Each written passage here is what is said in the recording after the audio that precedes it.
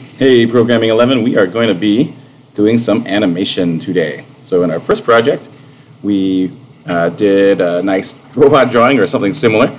And in our new project, we're going to start making an animation, which is really just a drawing that you're going to change over time. And to do this, we're going to have to turn on processing's active mode, which I'll explain as we go. It's going to look very different in some ways from what we were doing before. And you can still program the way we were doing it before anytime you want to draw a static picture. Static mode is like, I just draw a picture and we're done. But if you want to do anything with animation or interaction, you got to do active mode. So here's how you turn it on to active mode. You program with two function definitions. They're a little bit different than functions. It's sort of like what's inside the function.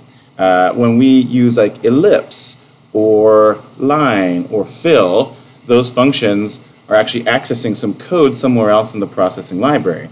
And they're defined somewhere in a function definition. And there's two function definitions, actually more than two, but we're going to start with the two that are left blank for us to define. And the ones we're going to look at today are called setup and draw.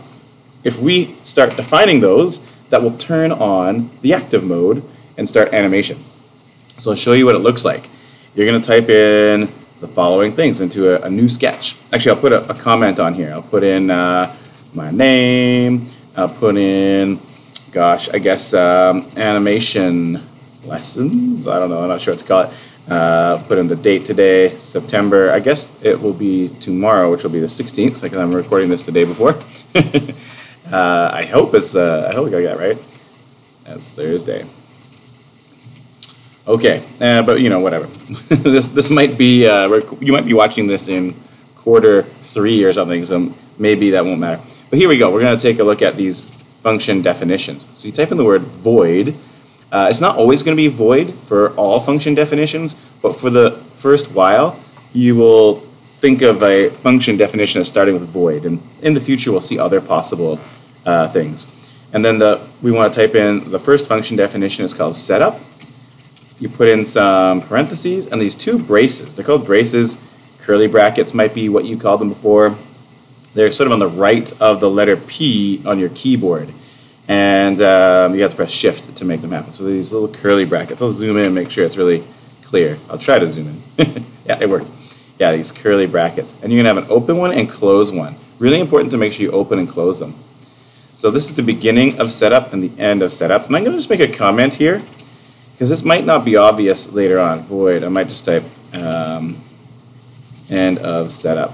Just want to make it really clear that that closing brace is the end of whatever we're going to define in setup. And then I'm going to do another one, void draw. Oh, I did that wrong. And I'm going to make a comment just to really make it clear this is end of the draw function. Not sure how to make that beautiful. I feel like I need a space there, but I'm just getting a little OCD with it, so it's fine. These comments are optional, but will be helpful in organizing. So now we have two function definitions, void setup and void draw.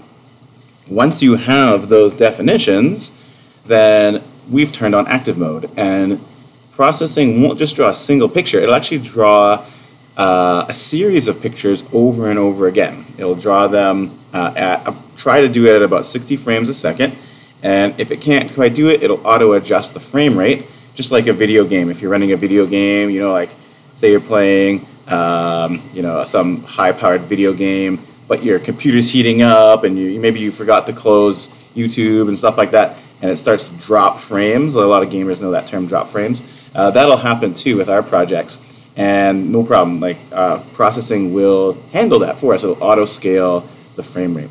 So anyways, let's take a look at an example of how our new program looks. So in void setup, this is the function that will automatically be called or happen at the very beginning of your project. So if we want to set anything up before the project starts, this is where to do it. So I'm going to do things like size in here now. So I'll do size 600, 600. And then draw is where we're going to put all of the drawing of our whatever it is we want to draw. So let's just put in an ellipse. I'll put it at the center of the screen, and I'll make it maybe 200 by 200 in terms of width and height. So this is a new way of doing things. Now I'm going to run this, and we'll just watch what happens. You know, I'm talking about animation, and I'm saying, you know, all of a sudden we've kicked it into active mode, and you're going to look at that and be like, not really animating. And that's true because we are drawing the same ellipse 60 times a second. So this draw function is going to get called, you know, every time what's 1/60th of a second? I don't know what the milliseconds is off the top of my head. But every 60th of a second, it draws that ellipse again and again and again.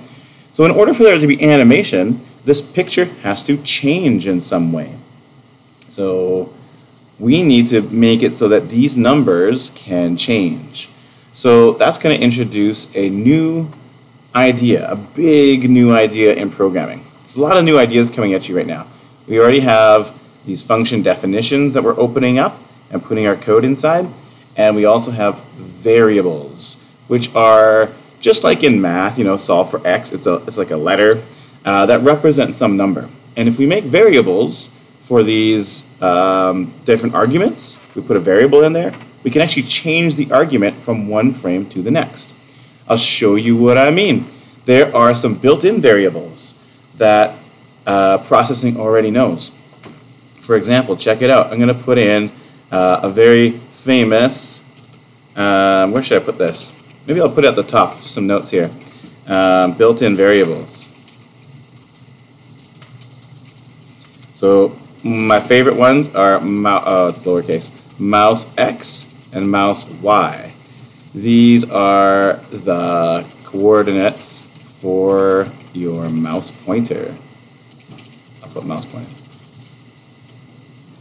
I think I'll make that a colon instead of a parenthesis. And there's some more. I'm going to just start with mouse x and mouse y. So that's a word, right? But just like x is a letter, but it means a number, mouse x is a word that means a number, and its number is automatically being solved by processing. It's constantly checking whereabouts is the mouse.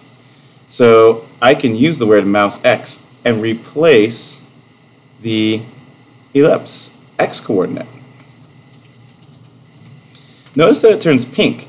Any built-in variable will be colored pink in processing, so that gives you a good idea of what's happening. Here's mouse y. And now if I run this, it's going to seem a little bit weird, but it's going to be good. I'm going to run it and watch what happens.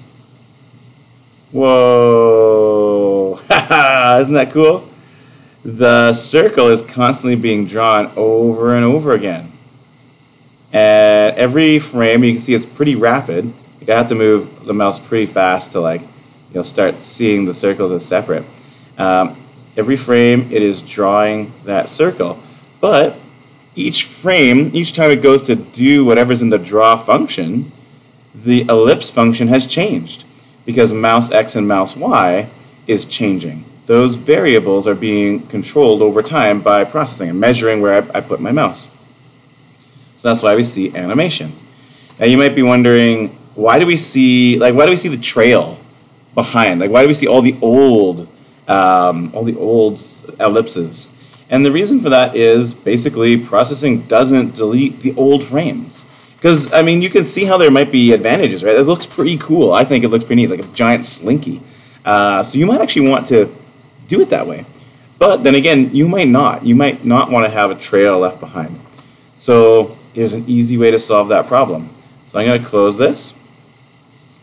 And I'm going to, in my draw function, I'm going to start off with a background call. I'm going to say background, I don't know, 200. That'll be like a gray color. So I say background 200, and then ellipse. Every frame, every 60th of a second, it will fill the background with gray, which will delete any other frame from the past, and then it will draw my circle. Next frame, it'll clear the frame and then draw the new circle.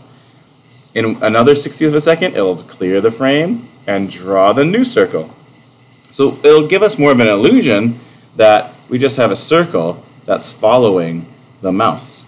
So it really is just drawing the frames over and over again, but now it also draws the gray background to erase all of the previous stuff.